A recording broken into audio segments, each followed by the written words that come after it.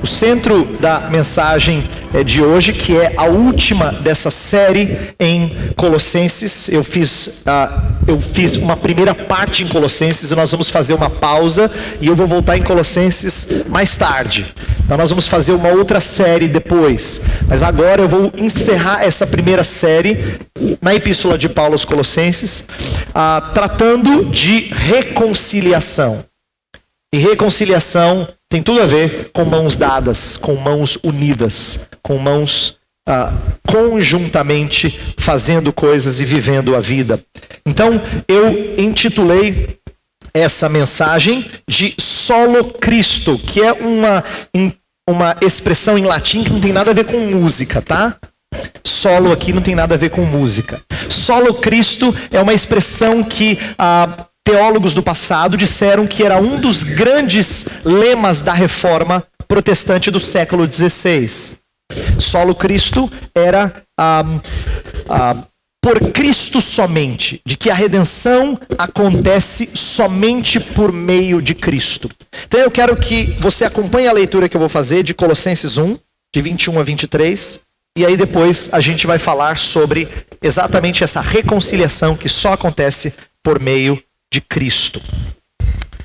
Diz assim a palavra de Deus: antes vocês estavam separados de Deus, e em suas mentes eram inimigos por causa do mau procedimento de vocês. Mas agora ele os reconciliou pelo corpo físico de Cristo, mediante a morte, para apresentá-los diante dele, santos, inculpáveis e livres de qualquer acusação, desde que continuem alicerçados e firmes na fé, sem se afastarem da esperança do evangelho que vocês ouviram e que tem sido proclamado a todos os que estão debaixo do céu. Esse é o evangelho do qual eu, Paulo, me tornei ministro.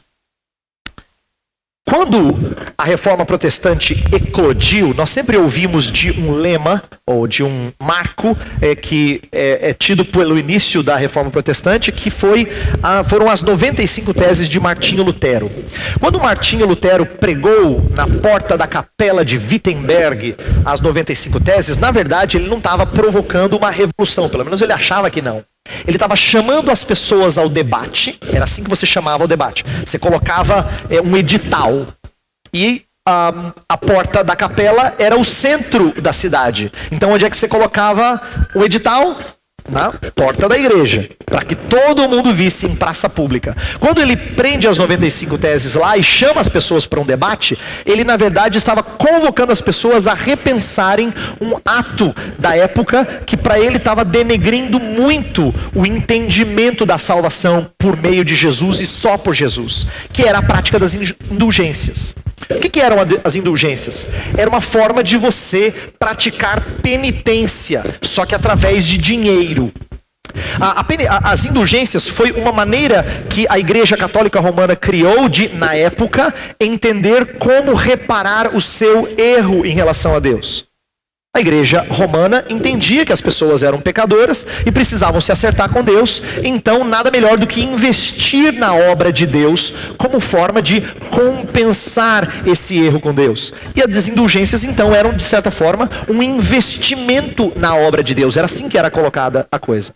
Só que Martinho Lutero foi um dos que se revoltou diante disso, porque ele entendia que indulgência, por mais que fosse apenas um esforço simples e singelo, ele tirava a glória de Cristo em nos reconciliar com Deus. Por quê? Eu preciso explicar a você uma coisa que pouca gente sabe. Tem gente que acha que a penitência da Igreja Católica é colocada em pé de igualdade com a doutrina de Cristo, ou a salvação em Cristo. Não é verdade.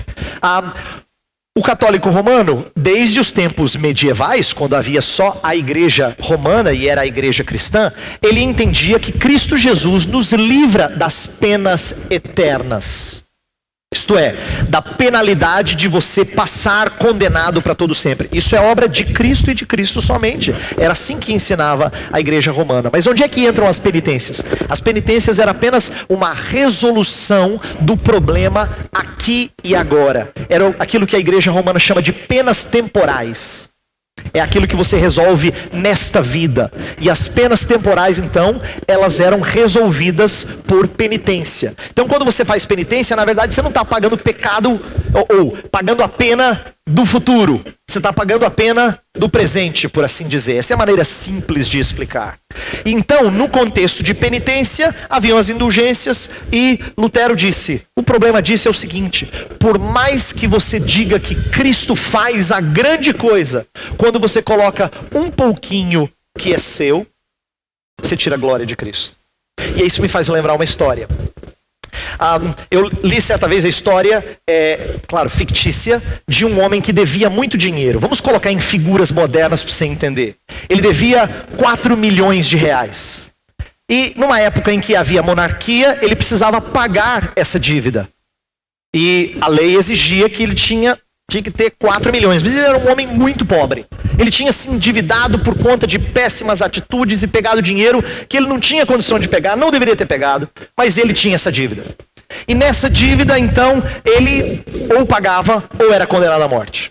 Aí, quando as pessoas se compadeceram dele, atenção, as pessoas se compadeceram dele, então o rei resolveu diminuir a dívida dele. Falou, eu vou tirar 2 milhões dos cofres reais e eu vou diminuir essa dívida de 4 milhões para 2 milhões. Todo mundo falou, uau, 2 milhões é muito dinheiro.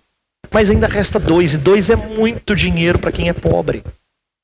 A rainha resolveu fazer um ato de bondade e disse, não, eu aumento essa contribuição e eu vou tirar mais 1 milhão de reais.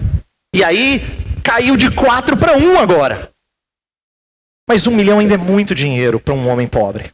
Por isso os nobres daquele reino resolveram levantar muitos fundos e levantaram 900 mil reais. Disse, olha, agora você só tem que pagar um pouquinho. Só restam 100 mil. Mas quem é pobre, 100 mil reais ainda é muito dinheiro. Então, outras pessoas da comunidade que eram mais simples resolveram pegar as suas economias, juntaram, e aí levantaram 99 mil reais. Você só tem que pagar 1.000. Falou, gente, tudo que eu tinha eu já dei. Você está me dizendo que não tem nem 1.000? Não. Chegou no dia de pagar, faltava 1.000. E 1.000 é abaixo do padrão. E a lei é seca. A lei exige que sejam 4 milhões de reais. Então, na hora, ninguém se conforma e começa a levantar dinheiro. E bate no bolso, e tira um 10 aqui, um 50 ali, um 20 ali. Começa a juntar. Juntaram, o que aconteceu? Deu 990 reais. Falta só 10. Mas a lei é seca, gente. Ou é 4 milhões, ou nada. Aí, para suspense geral, vai ser dado o veredito. Ele fala, pera. E acha num bolso velho, o quê? 10 reais. Você consegue imaginar a música de fundo? Tcharam, no filme assim? E todo mundo levantando e se empolgando, porque agora sim alcançou os 4 milhões? Sabe por que eu contei essa história? Porque você consegue imaginar a cena e quão vibrante é a nota de 10 daquele homem. Ele só levantou 10. Mas os 10 parece que ganham mais glória do que os 3.999.990 reais. É mais empolgante os últimos 10 do que todo o outro dinheiro que foi levantado. Sabe por que essa história é boa? Porque é exatamente assim em relação a Cristo. Não importa que você diga que Cristo fez tanto por você, se você mistura com um pouquinho seu, que seja 10 reais, que não é nada. 10 reais tiram a glória do Salvador de ser o único que nos reconcilia com Deus. Por isso que a Reforma Protestante foi tão enfática na ideia de somente por meio de Cristo, solo Cristo. Agora, não foi um problema só da época da Reforma. Na carta de Paulo aos Colossenses, ele está escrevendo sobre a reconciliação em Cristo, porque havia também problemas lá. Que tipo de problema? A igreja de Colossos era uma igreja que estava questionando a suficiência de Cristo. Eu já falei isso várias vezes e eu vou repetir. Cristo parece que não era suficiente para uma série de coisas. Não é que ele era ruim, ninguém queria tirar Cristo da jogada. Cristo é muito importante. É igual você pergunta para as pessoas na rua: Deus é importante para você? Ele fala: claro, Deus é mais importante. Mas quando ele fala Deus é mais importante, talvez ele queira dizer assim: é 90% da minha vida. Não importa, se você dá 10% para outra coisa, os 10% ganham mais proeminência. Então, Cristo estava sendo muito importante para eles, mas não suficiente para lhes trazer sossego de alma, paz. Tanto é que muitos estudiosos dizem que os crentes da região da cidade de Colossos, eles estavam buscando proteção em outros seres espirituais. Por isso que a gente vai ver no capítulo 2, quando a gente fizer uma nova série em Colossenses, que fala lá de culto aos anjos, fala de principados e potestades, fala de seres espirituais que parece que eram buscados por esses fiéis para ajudarem na obra de proteção. Como se Cristo fizesse bastante, mas faltasse um pouquinho para outros fazerem. Isso é importante eu tratar, porque esse também não é um problema só da história da reforma, nem só de Colossenses, é um problema nosso. Eu quero que você atente para isso, porque esse é um problema seu e meu. Nós também temos muita dificuldade de conceder a Cristo somente a glória de reatar nossos relacionamentos, de nos reconciliar. Tanto é que esse problema, ele é tanto horizontal como vertical. Deixa eu dar esses dois exemplos, você vai entender. Vamos pensar primeiro no relacionamento nosso com as pessoas, no relacionamento horizontal. Quando a gente tem problemas com aqueles que a gente mais ama, a gente faz o possível para reatar. Existe um senso dentro de nós que não dá para ficar mal, principalmente com aqueles que nós mais prezamos. Seja cônjuge, filhos, amigos. Às vezes não é pessoa, às vezes é algo que para você é muito importante, como sucesso ou trabalho. E no intento de estar bem com aquilo que você mais preza, você é capaz de fazer o sacrifício que for. O que isso expressa? Expressa nossa idolatria e dependência de certas coisas juntamente com Cristo. Não estou falando que você não se importa com Cristo. Você se importa com Cristo. Você está aqui, não é? Você fala assim: Cristo é importante para mim, pastor. É para mim também. Só que às vezes nós fazemos o sacrifício que for necessário para resolver nossos problemas horizontais, com algumas pessoas que são chave, ou com situações para nós que são chaves. E nisso a gente se mostra extremamente idólatra. E no vertical também é verdadeiro. Quando a gente falha com Deus, nós tentamos compensar como se nós precisássemos reconquistar nosso status de filhos. É impressionante como a gente lida com Deus. Às vezes a gente acha que a gente teve um mau ano, então o que você faz no final do ano? Você promete que no ano que vem você vai ser mais crente. Você vai fazer mais isso, você vai servir mais, você vai ajudar mais as pessoas, você vai ler mais a Bíblia, você vai orar mais, você vai participar da igreja mais. Como se estivesse compensando, como se Deus falasse assim: ó, esse ano você perdeu o status de filho, viu? Pode sair de casa. A gente se esquece que a ideia de Deus nos adotar como filho significa que você nunca perde esse status. Mas como é comum nós nos esforçarmos para ganhá-lo de volta. Como se você não fosse filho, ou tivesse perdido, e você agora quisesse reconquistar. Nosso esforço por restaurar esse relacionamento invalida a obra de Deus em Cristo. Então o que eu quero mostrar hoje, nessa nossa passagem que estamos estudando, é como é fácil nós escaparmos da suficiência de Cristo para reatar os nossos relacionamentos horizontais e verticais.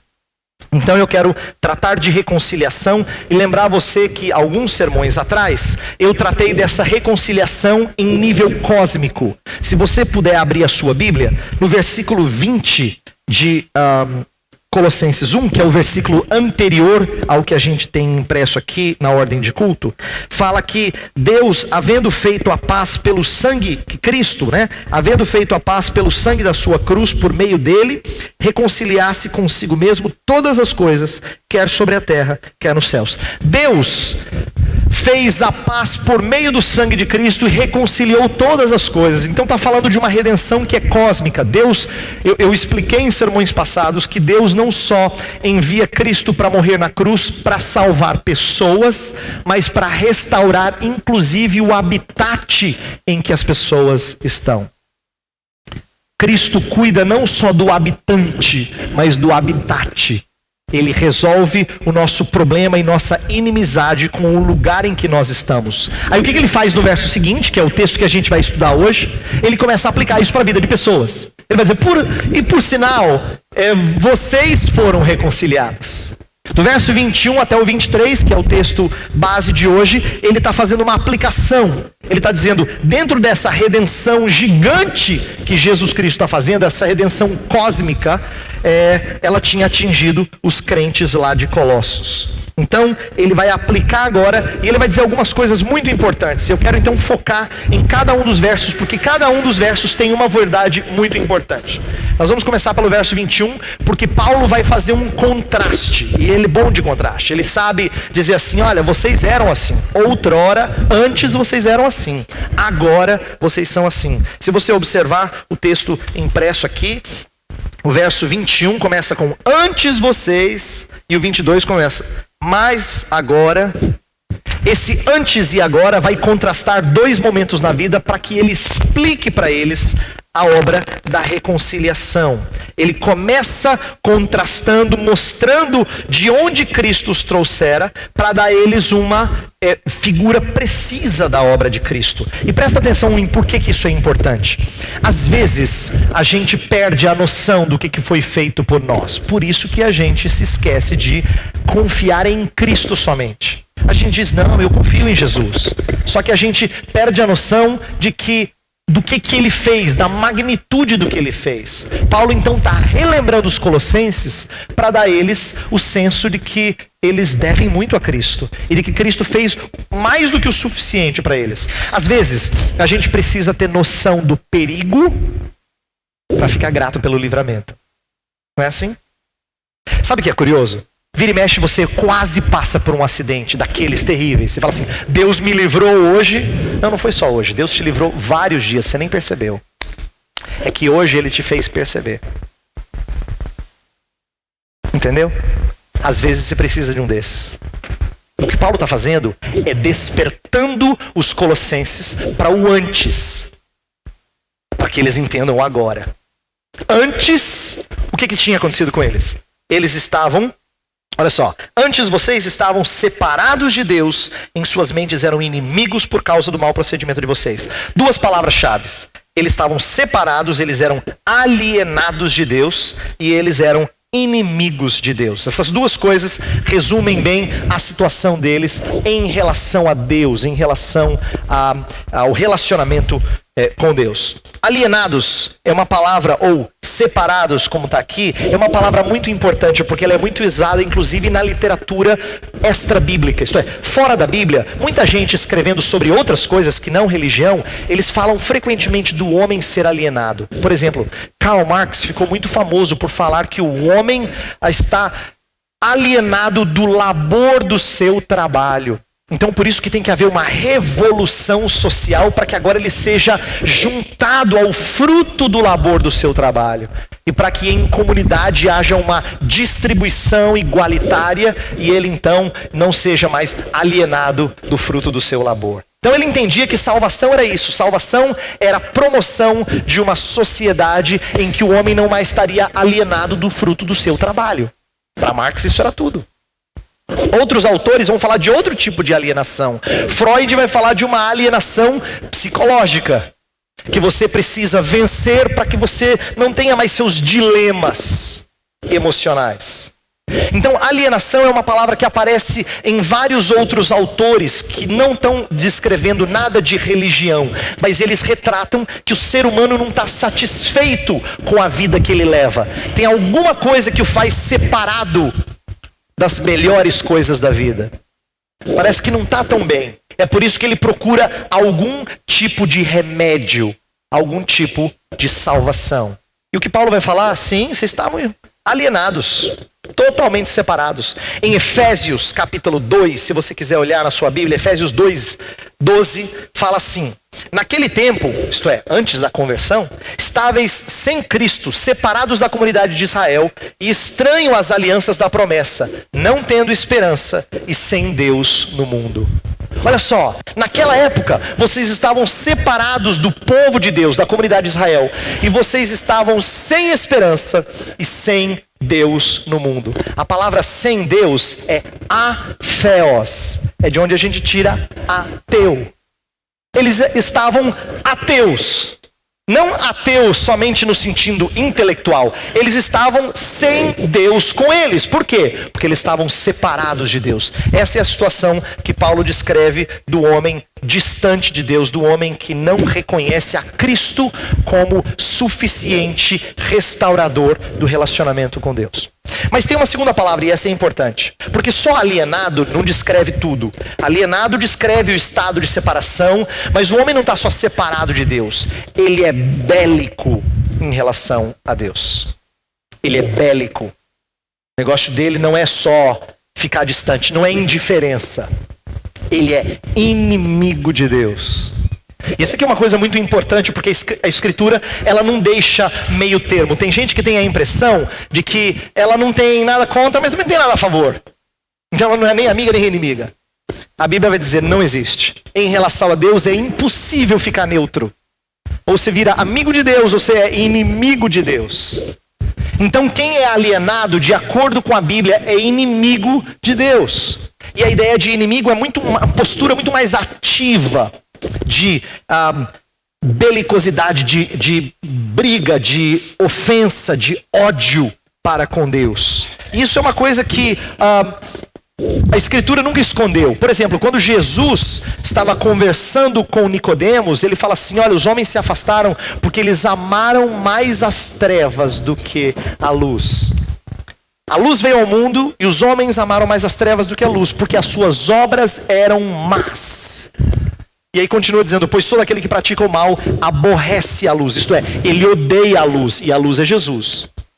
E não se chega para a luz, a fim de não serem arguidas as suas obras. Olha que interessante, essa passagem que eu acabei de ler é de João 3, versos 19 e 20. É uma passagem rica, em que João, o apóstolo João, descrevendo as palavras de Jesus, ele coloca os dois conceitos de alienação e inimizade juntos. Ele fala assim, o homem que não tem Deus, não é assim que ele é indiferente só para com Deus. Ele não só, ele é distante. Por que ele é distante? Ele é distante porque se ele se aproxima de Deus, Deus expõe quem ele é, e ele não quer ser exposto. Quem está resolvido consigo, e é um termo que a gente ouve muitas pessoas dizer, olha, eu estou muito resolvido. Resolvido significa que eu estou escondido na minha, eu não quero que ninguém me exponha. Quero que ninguém me exponha, inclusive aquele que perscruta corações.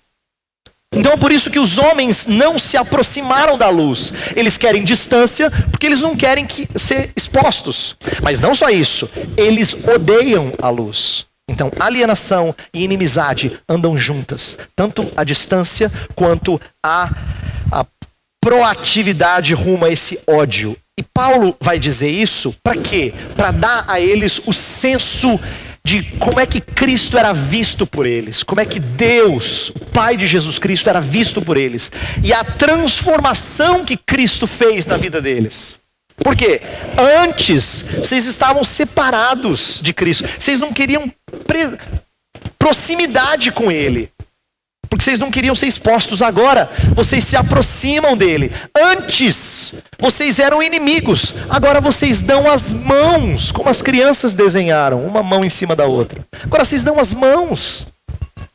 Então, o que Paulo vai mostrar agora? Ele vai mostrar o tamanho da obra de Cristo. Por isso que o verso 22 começa assim: mas agora ele os reconciliou pelo corpo físico de Cristo, mediante a morte. Mas agora Deus os reconciliou. E essa figura de reconciliação, ela é muito bonita e ela é simples de entender, ela não é difícil. Quando a Bíblia fala da obra de Cristo, ela usa palavras diferentes, imagens diferentes para descrever essa obra tão rica.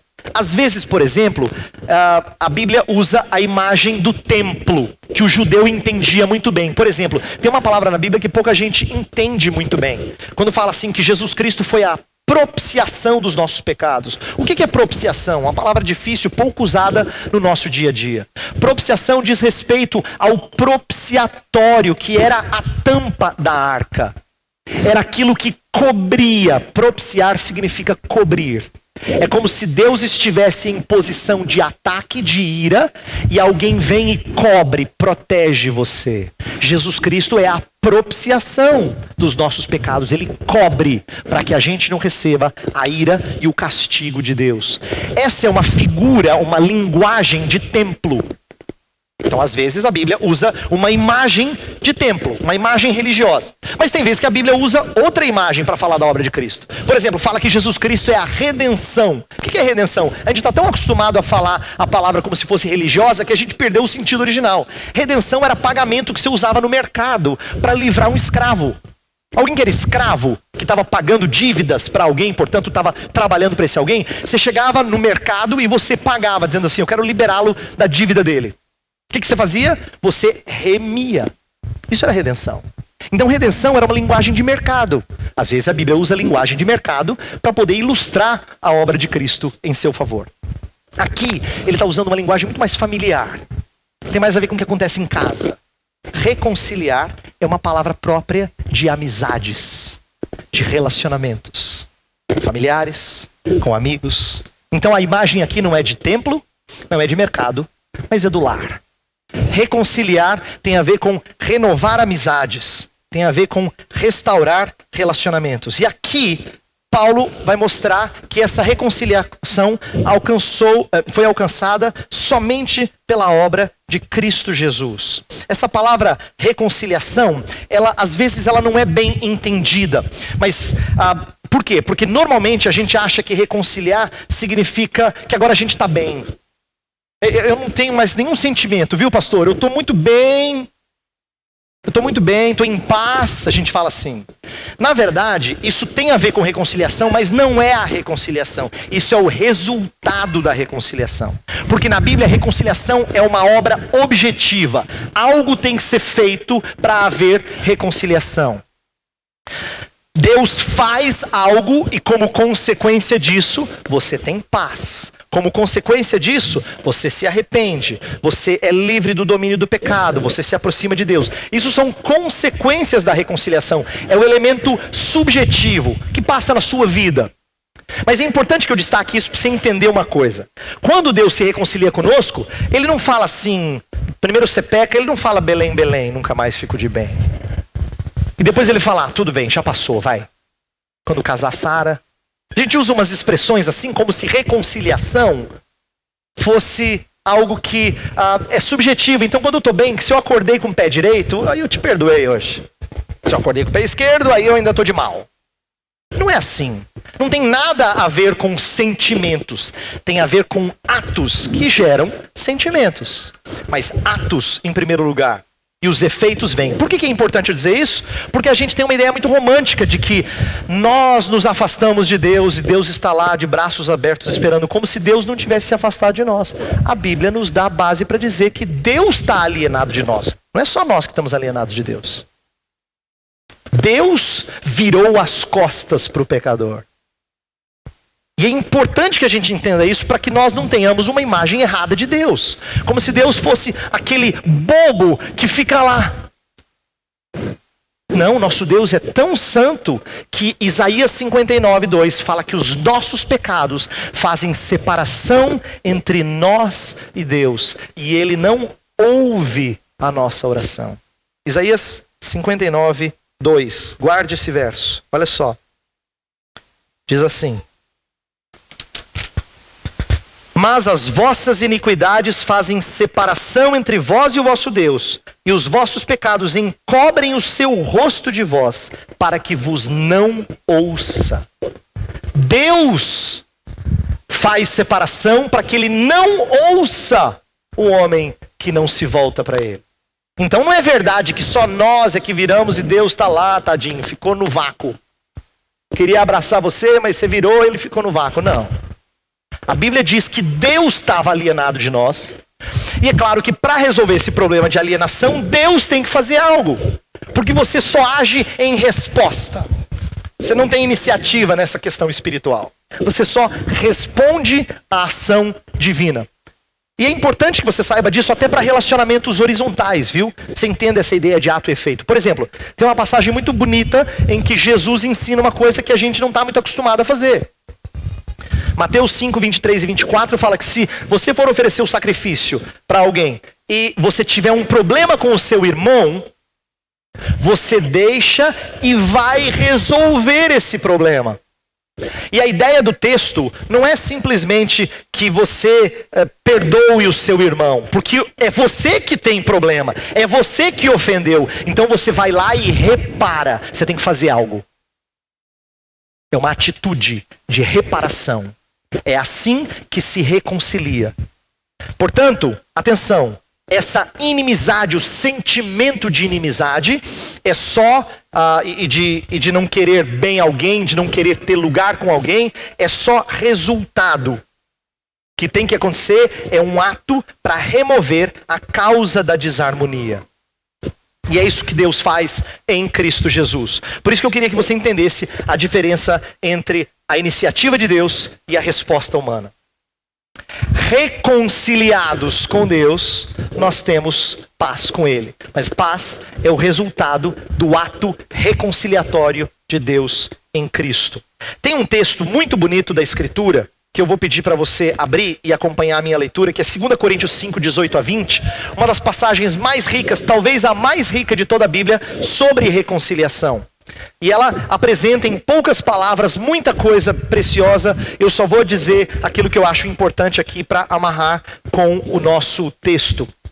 2 Coríntios 5, 18 a 20 diz assim: Ora, tudo provém de Deus, que nos reconciliou consigo mesmo por meio de Cristo, e nos deu o ministério da reconciliação, a saber, que Deus estava em Cristo reconciliando consigo o mundo, não imputando aos homens as suas transgressões, e nos confiou a palavra da reconciliação.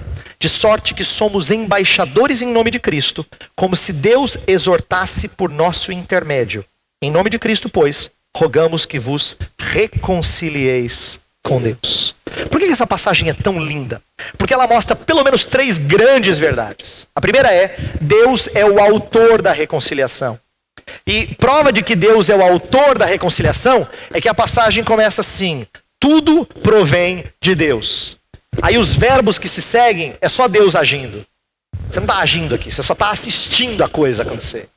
Deus faz, Deus faz, Deus faz, Deus faz. Todos os verbos dizem respeito a Deus, é Deus que está agindo. Ele é o autor da reconciliação. Segunda verdade importante: Cristo é o agente da reconciliação. O texto fala que, como é que Deus nos reconciliou? Ele não atribuiu os nossos pecados a nós, mas os atribuiu a Cristo. É por isso que nós somos reconciliados por meio de Cristo. Cristo, então, é o agente da reconciliação. E o que nós somos? Nós somos meros anunciadores da reconciliação. Deus nos traz para junto dele para falar assim: agora faça o marketing. Bota a boca no trombone.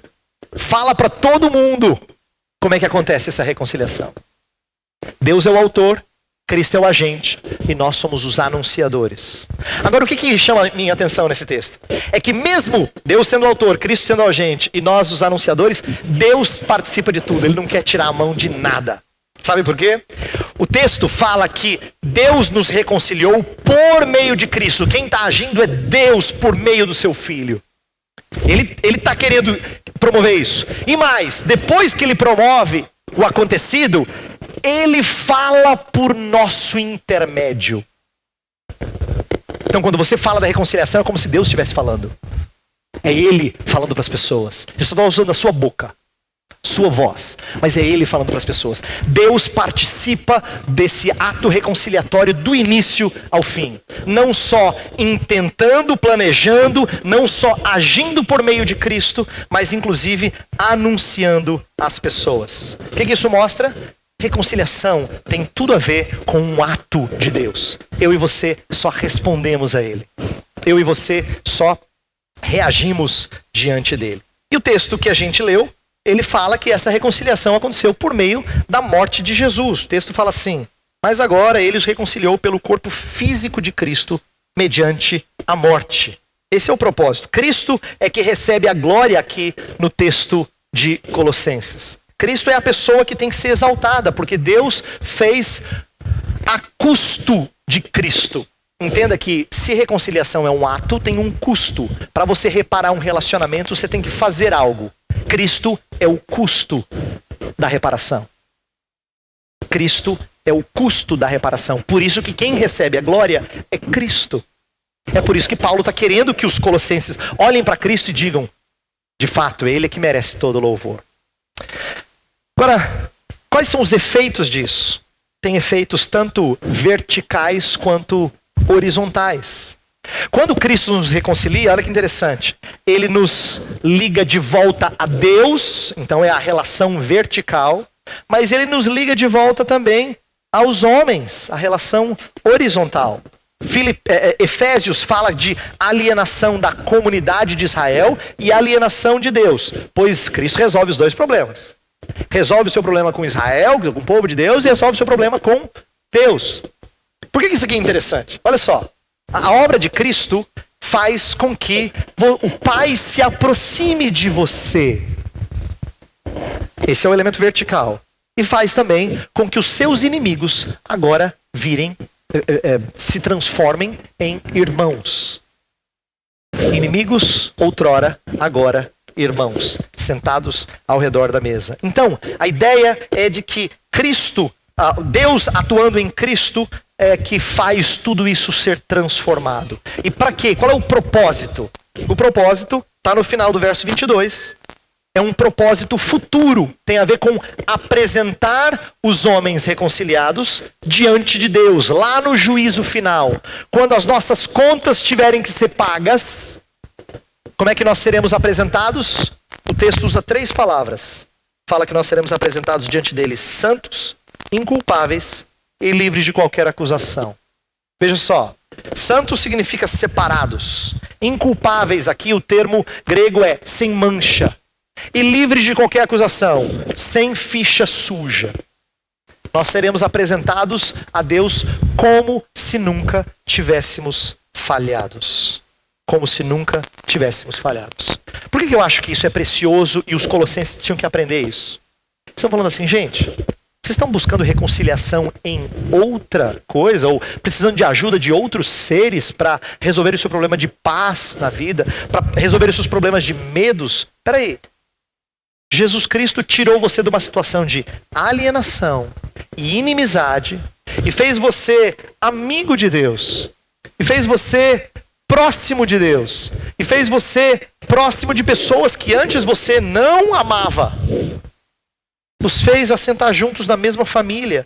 Olha só a transformação. E mais, ele vai terminar a obra em você de tal forma que no final, quando você estiver no juízo final, sabendo de todas as coisas que você fez, aquelas que você orou pedindo perdão durante o culto,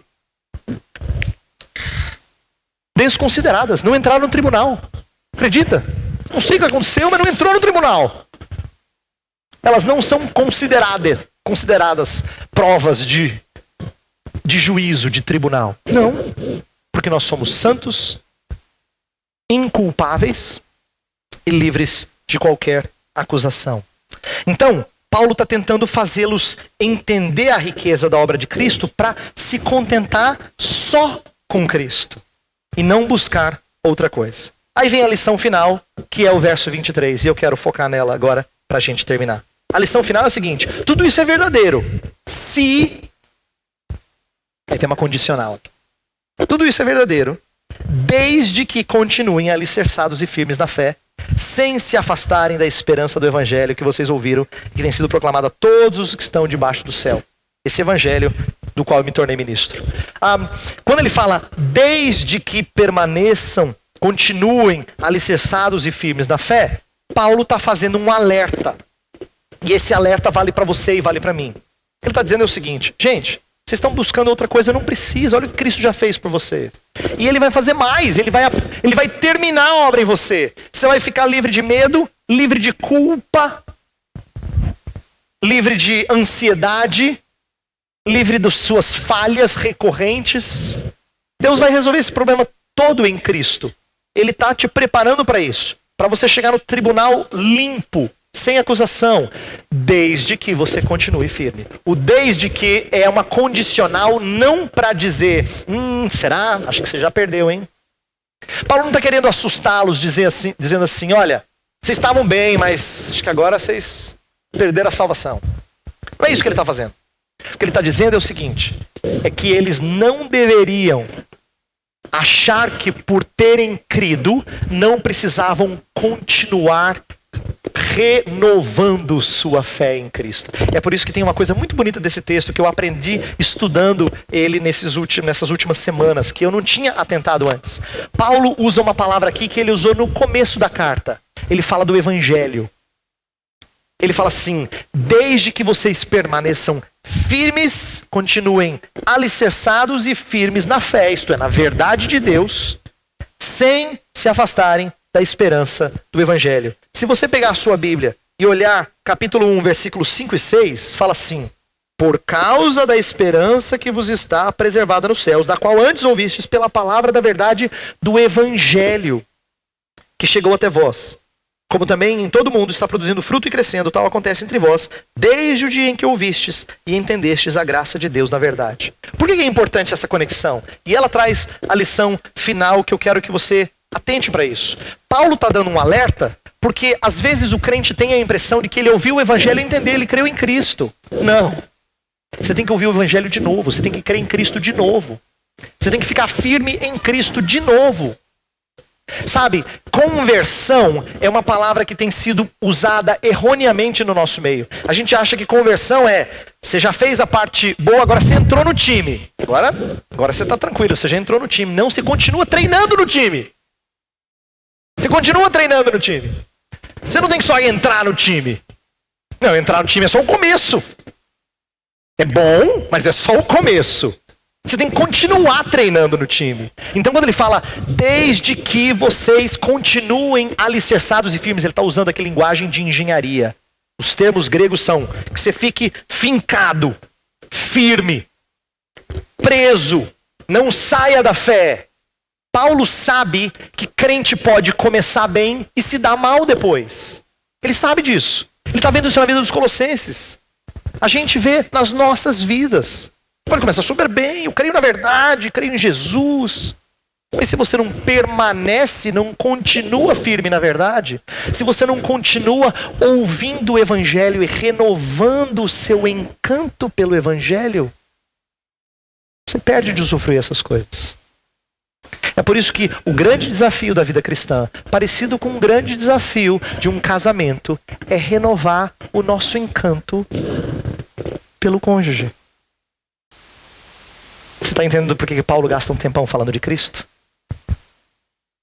A gente estudou várias mensagens. Eu estou fechando um ciclo hoje para você entender por que ele falou tanto do noivo. É para você se encantar por ele de novo. Porque ele sabe que você, como os colossenses, estavam tentados a acrescentar algumas coisinhas a Cristo. Não é que a gente tira Cristo da jogada. Cristo é importante para mim, Heber. Eu sei que é. O problema é que ele não é a única coisa importante para você. Esse é o problema. Por isso que a reforma falou, solo Cristo. Só por meio de Cristo. Não está falando para pessoas que não querem nada com Cristo. Ele está falando para pessoas que querem alguma coisa com Cristo, mas que querem também alguma coisa com outras coisas. Ele quer que você e eu aprendamos a nos relacionar com as pessoas sem o medo de perder o relacionamento com elas. Por causa do nosso esforço. Ele quer que a gente acredite que o nosso relacionamento com elas depende da obra de Jesus Cristo em você. Olha só que confiança. Não tem nada que você possa fazer que vai amarrar você à pessoa que você ama.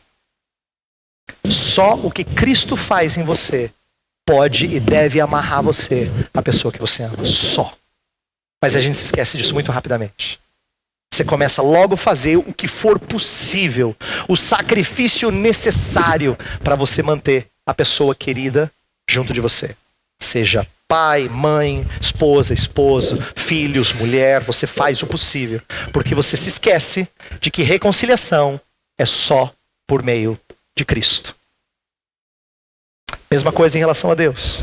Por isso que eu queria que você prestasse atenção que o seu problema não é que você não quer a Cristo. É que você quer a Cristo e outras coisas. Se você não quisesse Cristo, eu não estava falando com você agora. Você está aqui porque de alguma maneira você tem alguma preocupação com Jesus. O problema seu não é que você não tem preocupação com Jesus. O problema é que você divide a atenção. Esse é o seu problema, esse é o meu problema.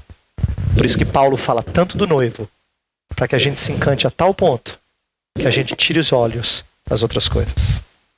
Só por meio de Cristo. Vamos orar. Senhor, nós estamos tão acostumados a falar contigo, tão acostumados a confessar que nós te adoramos, que nós te louvamos, que o Senhor é importante para nós, mas não poucas vezes nós dividimos a nossa atenção. Nós focamos em outras coisas que não o teu Filho Jesus. Ó Pai, esse é um equívoco. Isso é trair a confiança do Senhor. Isto é agir de má fé. Isso é ser idólatra em relação a outras coisas. E por isso que nós temos que pedir perdão. Porque assim como os colossenses estavam se enamorando com outras realidades espirituais e outros caminhos de espiritualidade, nós também acrescentamos coisas a Jesus Cristo e perdemos de dedicar a Ele toda a nossa atenção, toda a nossa admiração. Nós somos falhos, certamente nós somos falhos, Senhor. É certo que nós não amamos a Ti com todo o nosso coração, com toda a nossa força, com todo o nosso entendimento. É certo, Senhor, que nós dividimos as atenções. Por isso pedimos perdão, pedimos que o Senhor nos ajude a crer e a se encantar de tal forma pelo noivo que nós não procuramos outra coisa. Faz-nos ter a coragem de não temer o rompimento de relacionamentos se nós estamos apegados a Jesus. Ele é a força motriz por trás de toda e qualquer reconciliação dos crentes. Seja contigo, seja com o próximo. Faz-nos crer nisso. Oramos em nome dele. Amém.